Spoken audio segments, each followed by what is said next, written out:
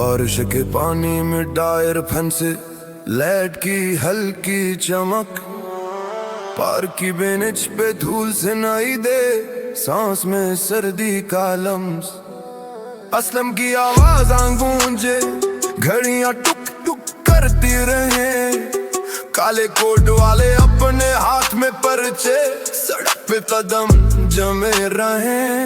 Flex bug के पतले बने कि मेरे पकड़ते हैं झलमिलाहट, गली के कोने से आती आवाज, हम थमेंगे नहीं, हम चलेंगे। सिक्योरिटी लाने खींची गई, चीख पूसट की झंझनाहट, बसों के रास्ते बदले, लोग घर से देर से निकले, बाजार के नर्ख सर पर, दुकानदार सर झुकाए, एक रामदान का ऐलान, पेट्रोल की तरह घूमता सुर्ख अलान। आटा गिरी के बंदे लकीर में, फहरिस्ते हाथों में धन, ऐद खाने में शख्स की सांस का हिसाब, वो गेल की सरसराहट में भी की लेन से झांकती, हर नक्श पर इल्जाम और